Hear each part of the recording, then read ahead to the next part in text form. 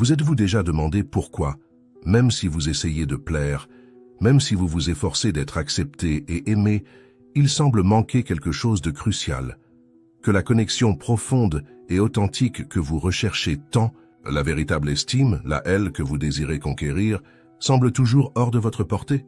Et si la réponse était que vous jouez le mauvais jeu? Et si, pour atteindre cet état désiré, pour qu'elle ne vous aime vraiment, d'une manière qui en vaille la peine, vous deviez avoir le courage de faire quelque chose qui semble complètement contre-intuitif, quelque chose de sacrément difficile, quelque chose qui peut momentanément la blesser? Ce n'est pas une licence pour être un salaud, loin de là. Ne vous méprenez pas. Cela n'a rien à voir avec la manipulation ou la cruauté. C'est l'application d'une stratégie puissante, ancestrale, basée sur la sagesse qui vient de loin, des stoïciens, mais qui prend tout son sens dans le monde d'aujourd'hui. Le courage d'affronter la vérité, d'établir des limites claires et fermes, de prioriser votre propre intégrité et votre propre respect, même si cela génère de l'inconfort, de la friction ou de la désapprobation extérieure, même si cela provoque une onde de choc initial que vous craignez, même si votre instinct le plus profond vous crie de reculer, pour retourner à la sécurité du fait de plaire, à la zone de confort de l'acceptation superficielle. Préparez-vous à défier tout ce que vous avez appris sur le fait de plaire, sur le fait d'être le type sympa que tout le monde aime, et à découvrir le pouvoir transformateur de l'authentique radical, le pouvoir d'être vous, sans filtre, sans masque, sans peur, le pouvoir qui, paradoxalement, est ce qui attire et retient réellement une connexion authentique et profonde. Plongeons tête baissée dans le premier point, le point de départ de ce voyage transformateur, le point qui fait mal, mais qu'il est essentiel de reconnaître. Le défi initial, l'illusion de plaire. Le concept est simple et brutalement honnête. La quête incessante de l'approbation extérieure, la peur viscérale de déplaire à quelqu'un, n'importe qui, vous paralyse, vous fige sur place, vous transforme en un caméléon social, changeant de couleur pour se fondre dans n'importe quel environnement, n'importe quelle attente. Vous vous moulez, vous vous contorsionnez, vous vous adaptez de manière que vous ne reconnaissez même plus. Vous dites oui quand votre âme crie non, vous êtes d'accord avec des opinions que vous détestez. Vous évitez les vérités difficiles, celles qui doivent être dites, même si elles font mal, tout dans l'espoir, le vain espoir, de garantir l'acceptation, le sourire en retour, la tape dans le dos, le « quel type sympa il est ». Mais qu'est-ce que vous finissez par construire sur cette base? Une base fragile, une base instable, une base qui s'effondre au moindre tremblement. Vous construisez une façade, un personnage, et espérez que les gens aimeront ce personnage, parce que vous avez peur qu'elle rejette qui vous êtes vraiment. Et devinez quoi? Elles n'aiment pas vous. Elles aiment la performance. Et cela ne tient pas la route sur le long terme. Le défi ici est de reconnaître ce piège, voir la cage que vous avez vous-même construite avec les barreaux de « et s'il n'aime pas ?» et « si elle me quitte ?» et « si je suis rejeté ?» C'est comprendre au fond de votre âme que la véritable estime, le respect authentique, l'admiration sincère et oui, l'amour profond que vous recherchez se construit sur le roc solide de l'honnêteté, de l'intégrité et du respect de soi. Ne se construit pas sur les sables mouvants du fait de plaire constamment, de la concession sans limite, de l'abdication de votre propre identité au nom d'une paix superficielle et illusoire. Imaginez la situation suivante et soyez brutalement honnête avec vous-même en y pensant. Dans un programme d'apprentissage, peut-être au travail, peut-être dans un groupe social, vous recevez une tâche. Cette tâche exige que vous exprimiez une opinion impopulaire. Une opinion qui va à contre-courant, contre le consensus général, contre ce que la majorité pense ou veut entendre. Ou peut-être, la tâche exige que vous refusiez une collaboration, une demande, qui, bien qu'elle semble inoffensive à première vue, compromet vos principes, vos valeurs, votre temps d'une manière que vous savez ne pas être juste pour vous. Quelle est votre première réaction interne? Pensez vite, sentez. N'est-ce pas de chercher la manière la plus douce, celle qui cause le moins de friction, celle qui évite la confrontation, le désaccord, le regard de désapprobation? Peut-être même distordre un peu la vérité, arrondir les angles, inventer une excuse bidon, minimiser votre propre position, juste pour éviter l'inconfort immédiat, pour ne pas sentir le poids du silence qui suit une vérité dite sans embâge, pour ne pas voir la déception sur le visage de quelqu'un, pour ne pas risquer le rejet? Comment réagiriez-vous en réalisant, après avoir cédé, après avoir donné la bonne réponse au lieu de votre réponse réelle, que cette attitude, bien qu'elle vous ait épargné un conflit momentané, un frisson dans le dos, en réalité vous a éloigné de la clarté, vous a éloigné du respect des autres, et plus important, vous a éloigné du respect de vous-même? C'est le point de départ, le moment de l'épiphanie douloureuse. Vous réalisez que l'inconfort initial d'être authentique, de dire votre vérité, d'établir une limite, n'est pas quelque chose à éviter à tout prix. Non, c'est en réalité un signe que vous êtes sur la bonne voie, un signe que vous vous dirigez vers votre propre intégrité, un signe que vous construisez quelque chose de réel.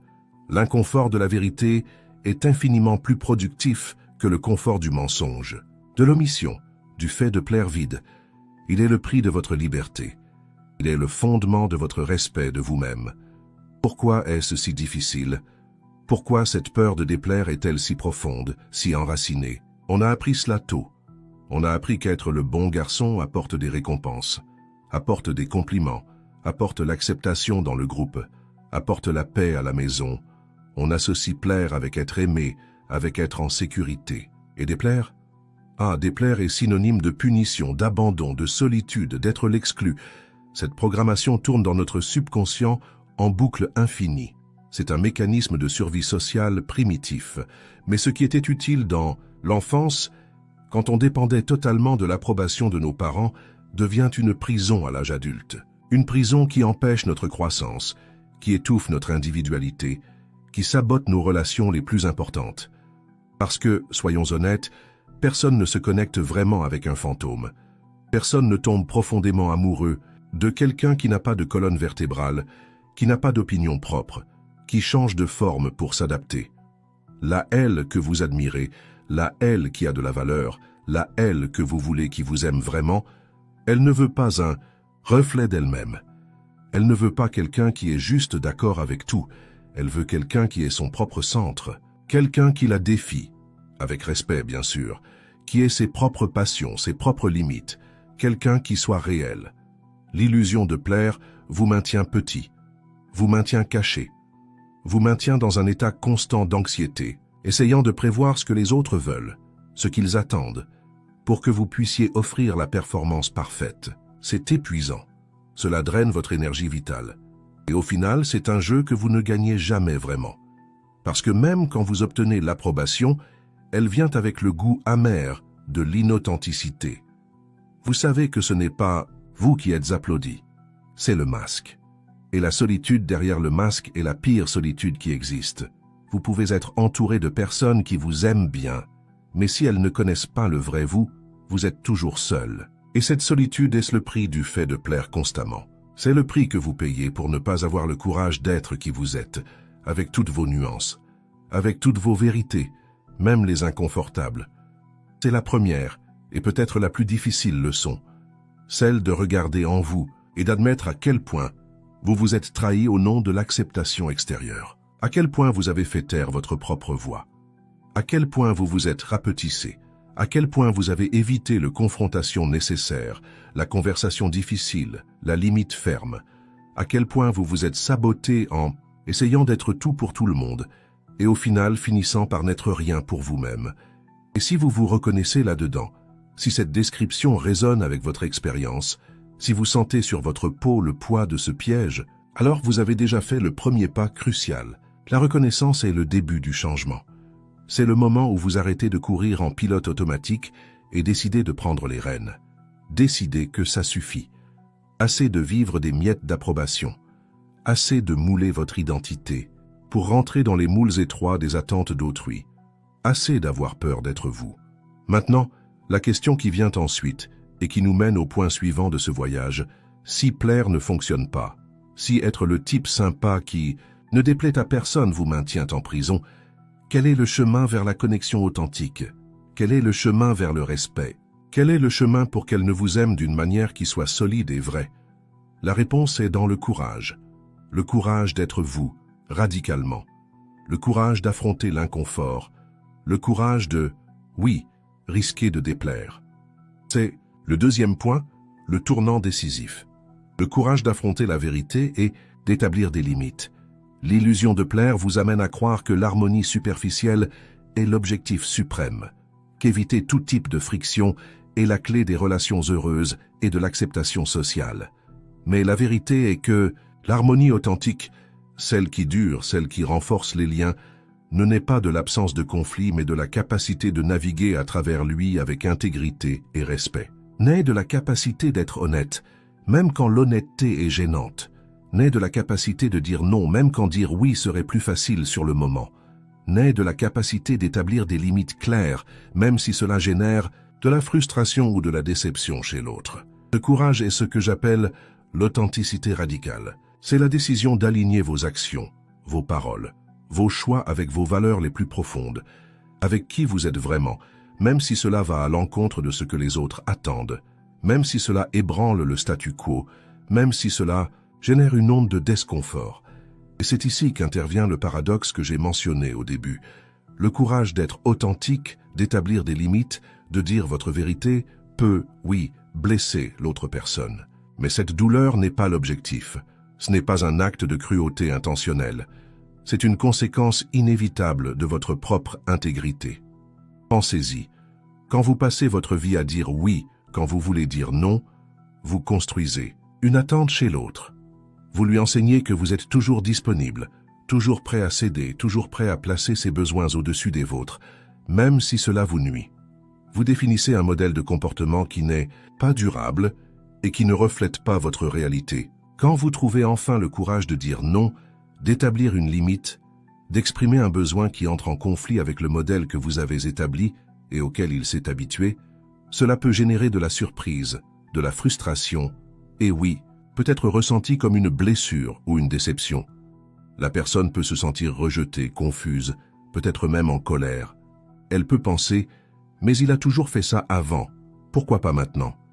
Cette réaction est douloureuse pour elle et par extension douloureuse pour vous avoir, parce que vous ne voulez pas causer de douleur à quelqu'un qui vous importe.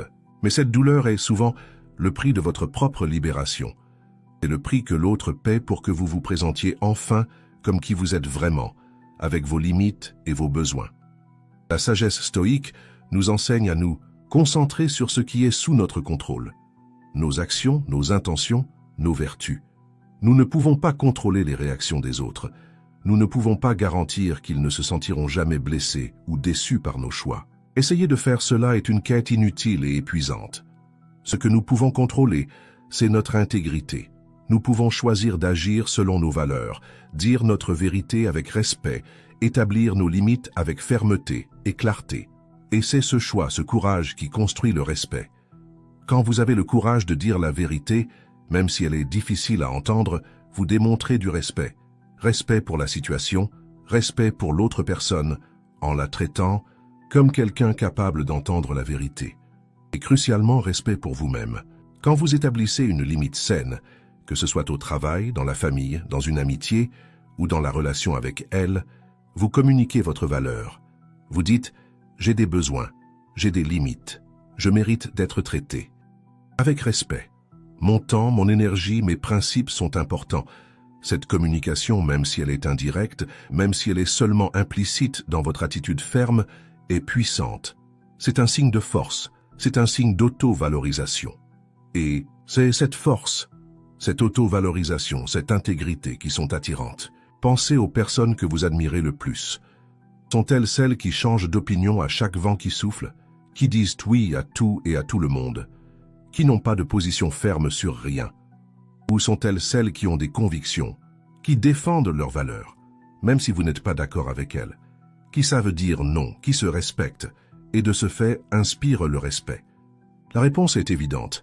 L'attraction profonde, l'estime durable naît du respect, et le respect naît de l'intégrité et du courage d'être qui vous êtes.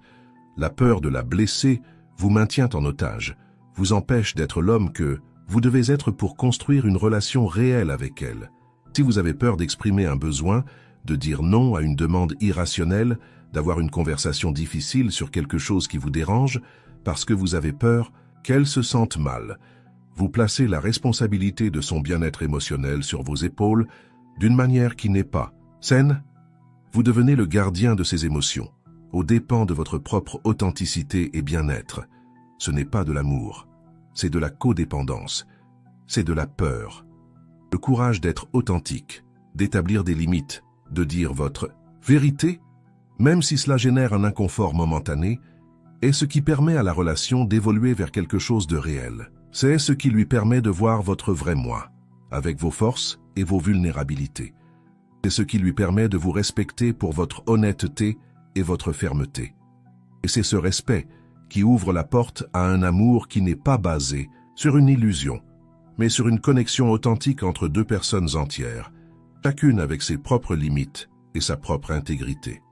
Alors, le défi ici est de commencer à pratiquer ce courage. Identifiez les situations où vous avez l'habitude de céder par peur de déplaire, les situations où vous faites taire votre voix, les situations où vous dites oui quand vous voulez dire non, et commencez à faire différemment. Petit pas. Pas besoin que ce soit une révolution du jour au lendemain, mais cela doit être un mouvement conscient dans la direction de votre authenticité. Cela doit être la décision d'arrêter de construire votre vie et vos relations sur les sables mouvants du fait de plaire et commencer à les construire sur le roc solide de votre propre vérité. Et à chaque petit acte de courage, à chaque non dit avec respect, à chaque limite établie avec clarté, vous renforcez votre muscle de l'authenticité. Vous vous renforcez vous-même en disant que votre voix compte, que vos besoins comptent, que votre intégrité est non négociable. Et cette force interne, cette confiance qui naît de la congruence entre qui vous êtes à l'intérieur et comment vous agissez à l'extérieur, est ressentie par les autres, est ressentie par elles. Et c'est ce qui génère l'attraction et le respect que vous recherchez tant. Si vous ressentez la force de ce message, si quelque chose en vous reconnaît cette vérité et ressent un appel à ce changement, maintenant est le moment de le signaler. Laissez votre j'aime ici en bas. Montrez que vous êtes avec moi dans ce voyage, que vous êtes prêt à affronter ce défi, pour sortir de la prison du fait de plaire et chercher la liberté de l'authenticité. Votre j'aime est un engagement envers vous-même. C'est un petit, mais puissant acte de reconnaissance que le chemin du fait de plaire ne vous mène pas là où vous voulez aller. Que la véritable force, le véritable magnétisme viennent d'un autre endroit, viennent de l'intérieur. Continuons, car reconnaître, le piège et comprendre l'importance du courage ne sont que les premiers pas. Le troisième point de notre conversation concerne la mise en pratique de cela. Il s'agit de l'application réelle de ce courage dans votre quotidien. Comment commencez-vous à passer de la théorie à l'action? Comment commencez-vous à être l'homme qui établit des limites, qui dit sa vérité, qui priorise son intégrité, sans devenir un ogre insensible? C'est le grand défi. C'est le moment de vérité. Mettre l'authenticité radicale en pratique exige de la pratique. C'est comme apprendre une nouvelle langue ou un nouveau sport. Au début, c'est maladroit. Vous commettez des erreurs, vous trébuchez sur les mots, vous avez peur d'essayer. Mais avec constance, avec répétition, avec la décision de vous relever chaque fois que vous tombez, vous construisez la compétence, vous construisez la confiance. Le premier pas pratique est l'autoconscience. Vous devez commencer à faire attention. Où cédez-vous? Où dites-vous oui par peur? Où faites-vous taire votre opinion? Commencez petit. Peut-être refuser une invitation sociale à laquelle vous ne voulez vraiment pas aller, au lieu d'inventer une excuse. Peut-être exprimer une préférence authentique sur où manger au lieu de dire n'importe quoi c'est bon, quand en réalité vous avez une forte préférence. Peut-être dire à votre ami que vous ne pouvez pas prêter d'argent cette fois, même s'il est contrarié. Peut-être dire à votre famille que vous n'allez pas participer à cette réunion de famille ennuyeuse du dimanche, parce que vous avez besoin de temps pour vous-même. Ces petits actes d'authenticité sont comme des pompes pour votre muscle, du courage. Chaque fois que vous les pratiquez, il devient un peu plus fort.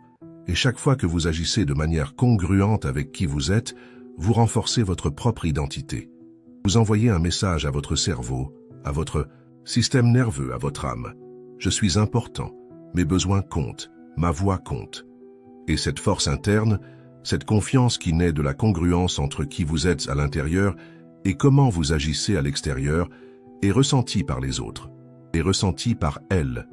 Et c'est ce qui génère l'attraction et le respect que vous recherchez tant. Avec elle, cela peut être encore plus difficile car le désir de plaire et d'être accepté est, généralement plus intense quand il y a de l'attraction. Il se peut que vous deviez exprimer une limite concernant votre temps, concernant votre espace personnel, concernant la manière dont vous voulez être traité. Il se peut que vous ayez besoin d'avoir une conversation sur quelque chose qu'elle a fait et qui vous a dérangé, au lieu de ravaler des couleuvres pour maintenir la paix. Il se peut que vous deviez dire non à quelque chose qu'elle veut, parce que ce n'est tout simplement pas aligné avec vous.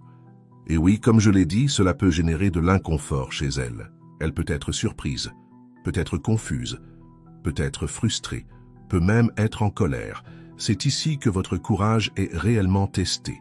C'est ici que la peur de la blesser et de perdre la connexion se manifeste avec le plus de force. Votre instinct de plaire va vous crier de revenir en arrière, pour vous excuser d'avoir été difficile, pour céder et restaurer l'harmonie superficielle. Mais il est crucial que vous résistiez à cette impulsion. Résister ne signifie pas être inflexible ou agressif. Cela signifie maintenir votre position avec calme et clarté, expliquant, si nécessaire et approprié, votre point de vue, mais sans vous excuser d'avoir des besoins ou des limites. Cela signifie valider ses sentiments. Je comprends que vous puissiez être frustré, contrarié, mais sans vous responsabiliser pour eux d'une manière qui vous amène à abdiquer de votre propre position. Cela signifie maintenir votre intégrité. C'est la distinction cruciale. Être authentique et établir des limites n'est pas être impoli, égoïste ou insensible. C'est être honnête et respectueux envers vous-même et envers l'autre. Vous pouvez dire non avec respect. Vous pouvez exprimer une opinion impopulaire avec civilité. Vous pouvez établir une limite avec fermeté, mais sans agressivité. L'objectif n'est pas de causer de la douleur, mais d'être vrai. La douleur, quand elle arrive, est un sous-produit de la vérité qui entre en collision avec une attente préexistante. Pensez aux bénéfices à long terme. Quand vous cédez par peur, vous construisez du ressentiment en vous. Vous vous sentez frustré, non valorisé, peut-être même manipulé. Ce ressentiment corrode la relation de l'intérieur. L'autre, même inconsciemment, sent que quelque chose ne va pas, sent que la connexion n'est pas totalement réelle. Quand vous agissez avec authenticité, même si cela génère un inconfort initial, vous purifiez l'air. Vous établissez une base d'honnêteté.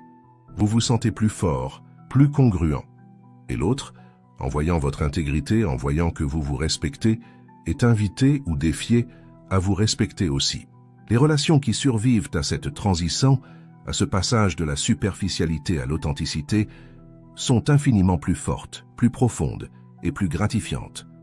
Ce sont des relations basées sur le respect mutuel et non sur la peur de déplaire. Et avec elle, quand vous démontrez ce courage, cette fermeté, cette authenticité, vous devenez un homme centré, un homme qui sait qui il est, qui sait ce qu'il veut, qui se respecte. C'est magnétique. C'est attirant à un niveau beaucoup plus profond qu'être juste le type sympa qui est d'accord avec tout. Elle peut être surprise au début, peut tester vos limites, mais si elle est la bonne personne pour vous, si elle valorise la force et l'intégrité, elle vous respectera pour cela. Et le respect qu'elle développe pour vous, pour votre courage d'être vous-même, est la base d'un amour beaucoup plus profond et durable que tout ce que vous auriez pu construire en essayant de lui plaire. Bien sûr, tout le monde ne va pas aimer le nouveau vous. Certaines personnes qui bénéficiaient de votre comportement de plaire peuvent s'éloigner, peuvent vous accuser d'avoir changé, d'être devenu difficile, d'être égoïste. Et cela fait mal. C'est une perte, mais c'est une perte nécessaire. C'est comme tailler un arbre pour qu'il pousse plus fort et donne de meilleurs fruits. Les relations qui ne se basent que sur votre fait de plaire superficiel ne valent pas la peine d'être maintenues à tout prix. Les personnes qui ne vous valorisent que quand vous cédez et vous annulez ne vous valorisent pas vraiment. Laisser partir ces connexions superficielles ouvre de l'espace pour les connexions réelles, celles qui vous nourrissent, qui vous défient de grandir, qui vous aiment pour qui vous êtes. L'application pratique de ce courage exige une vigilance constante, exige la disposition à sentir la peur et à agir malgré elle, exige la disposition à avoir des conversations inconfortables, exige la disposition à dire non, exige la disposition à être mal interprété, à être critiqué. Mais l'alternative est de continuer dans la prison du fait de plaire, vivant une vie qui n'est pas totalement la vôtre, dans des relations qui ne sont pas totalement réelles. Le choix est le vôtre, Et chaque jour, chaque interaction, vous avez l'opportunité de choisir le courage au lieu de la peur, l'authenticité au lieu de la performance. Et vous avez ressenti la force de ce message jusqu'ici. Si quelque chose en vous reconnaît cette vérité et ressent un appel à ce changement, maintenant est le moment de le signaler. Laissez votre j'aime ici en bas. Montrez que vous êtes avec moi dans ce voyage, que vous êtes prêt à affronter ce défi pour sortir de la prison du fait de plaire et chercher la liberté de l'authenticité. Votre j'aime est un engagement envers vous-même. C'est un petit, mais puissant acte de reconnaissance que le chemin du fait de plaire ne vous mène pas là où vous voulez aller, que la véritable force, le véritable magnétisme, viennent d'un autre endroit, viennent de l'intérieur. Continuons, car reconnaître le piège et comprendre l'importance du courage ne sont que les premiers pas. Le troisième point de notre conversation concerne la mise en pratique de cela.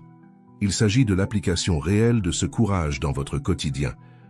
Comment commencez-vous à passer de la théorie à l'action? Comment commencez-vous à être l'homme qui établit des limites, qui dit sa vérité, qui priorise son intégrité, sans devenir un ogre insensible? C'est le grand défi, c'est le moment de vérité. Mettre l'authenticité radicale en pratique exige de la pratique. C'est comme apprendre une nouvelle langue ou un nouveau sport. Au début, c'est maladroit. Vous commettez des erreurs, vous trébuchez sur les mots, vous avez peur d'essayer. Mais avec constance, avec répétition, avec la décision de vous relever chaque fois que vous tombez, vous construisez la compétence, vous construisez la confiance. Le premier pas pratique est l'autoconscience. Vous devez commencer à faire « Attention !» Où cédez-vous? Où dites-vous oui par peur? Où faites-vous taire votre opinion? Commencez petit. Peut-être refuser une invitation sociale à laquelle vous ne voulez vraiment pas aller, au lieu d'inventer une excuse bidon. Peut-être exprimer une préférence authentique sur où manger, au lieu de dire n'importe quoi c'est bon, quand en réalité vous avez une forte préférence. Peut-être dire à votre ami que vous ne pouvez pas prêter d'argent cette fois, même s'il est contrarié. Peut-être dire à votre famille que vous n'allez pas participer à cette réunion de famille ennuyeuse du dimanche, parce que vous avez besoin de temps pour vous-même.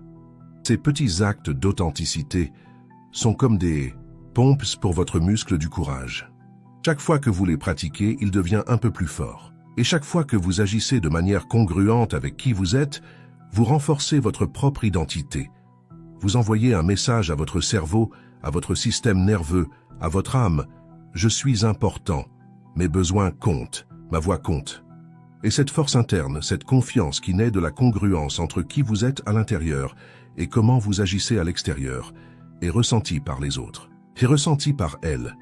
Et c'est ce qui génère l'attraction et le respect que vous recherchez tant. Avec elle, cela peut être encore plus difficile, car le désir de plaire et d'être accepté est généralement plus intense quand il y a de l'attraction. Il se peut que vous deviez exprimer une limite concernant votre temps, concernant votre espace personnel, concernant la manière dont vous voulez être traité.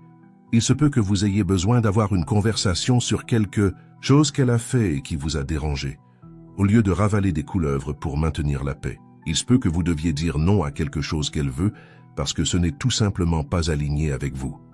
Et oui, comme je l'ai dit, cela peut générer de l'inconfort chez elle. Elle peut être surprise, peut être confuse, peut être frustrée, peut même être en colère. C'est ici que votre courage est réellement testé.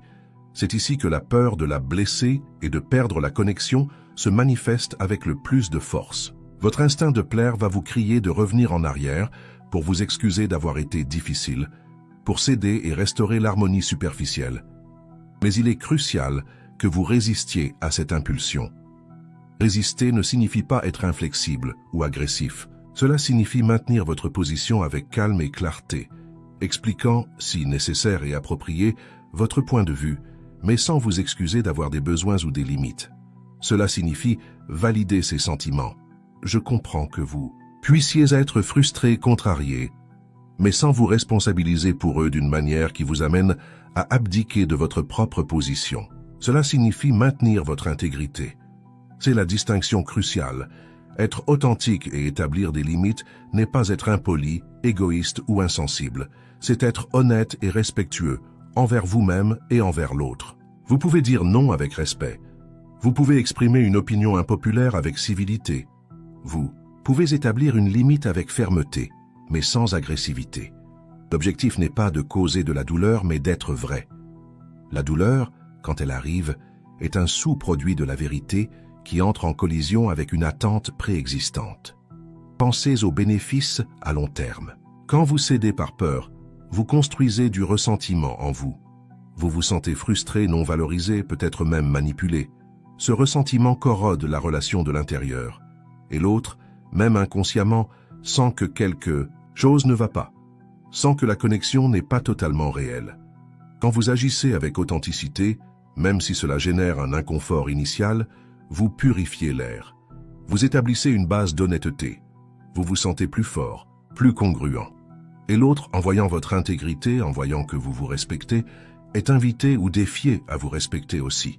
Les relations qui survivent à cette transition, à ce passage de la superficialité à l'authenticité, sont infiniment plus fortes, plus profondes et plus gratifiantes.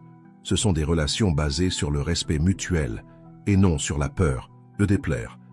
Et avec elles, quand vous démontrez ce courage, cette fermeté, cette authenticité, vous devenez un homme centré, un homme qui sait qui il est, qui sait ce qu'il veut, qui se respecte.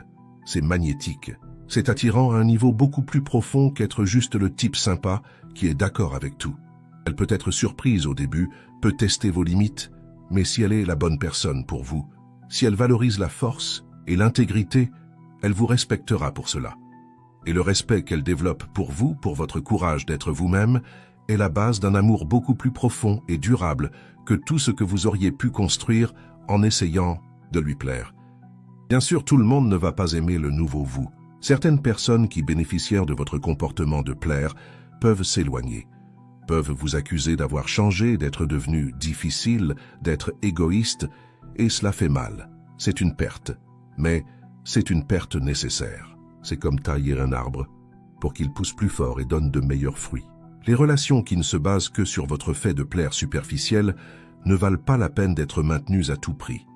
Les personnes qui ne vous valorisent que quand vous cédez et vous annulez ne vous valorisent pas vraiment.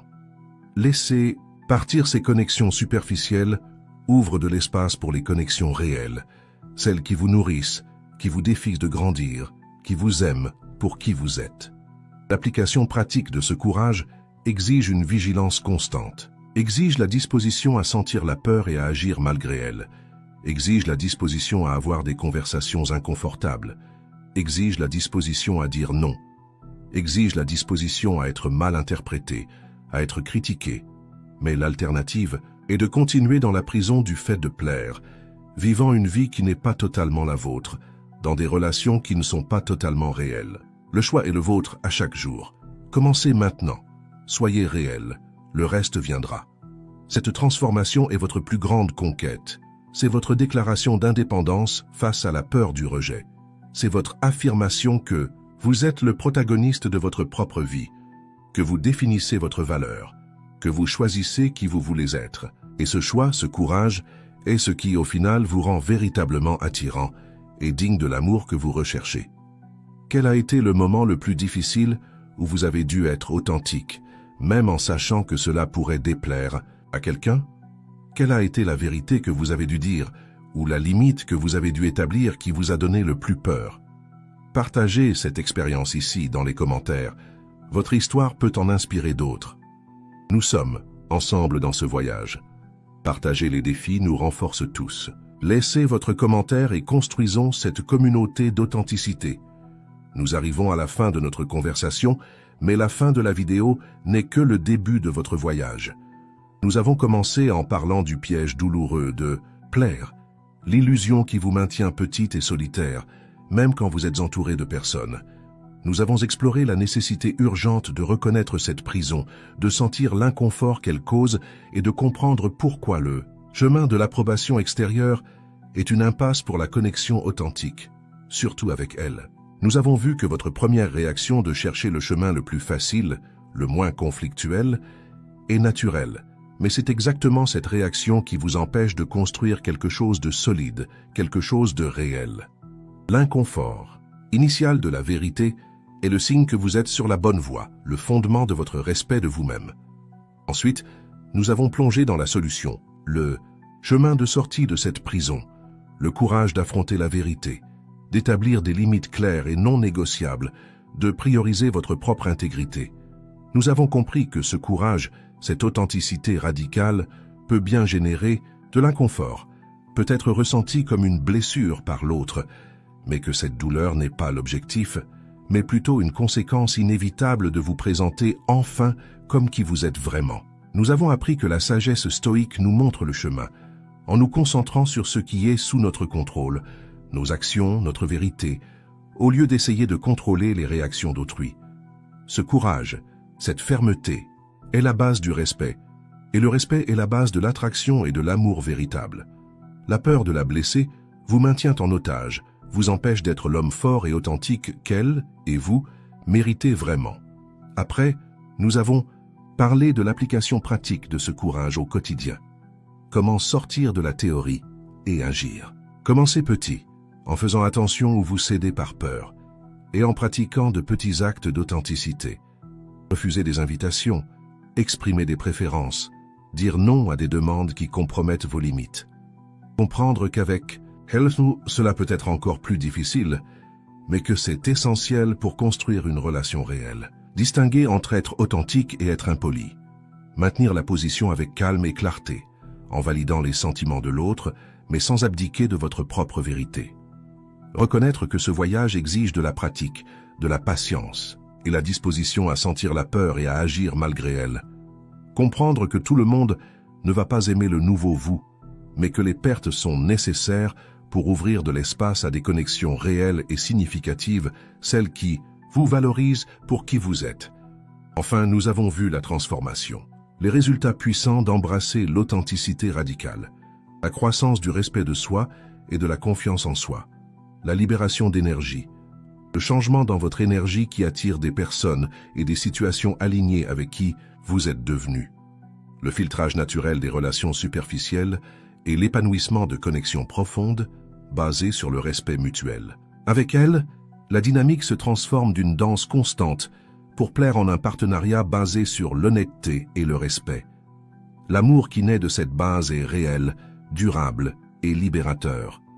La phrase « Elle ne t'aimera » prend le sens qu'elle ne vous aimera vraiment, votre vrai moi, que si vous avez le courage d'être ce moi. La clarté qui surgit dans votre vie, la récompense d'une vie plus réelle, plus riche et plus alignée avec qui vous êtes vraiment.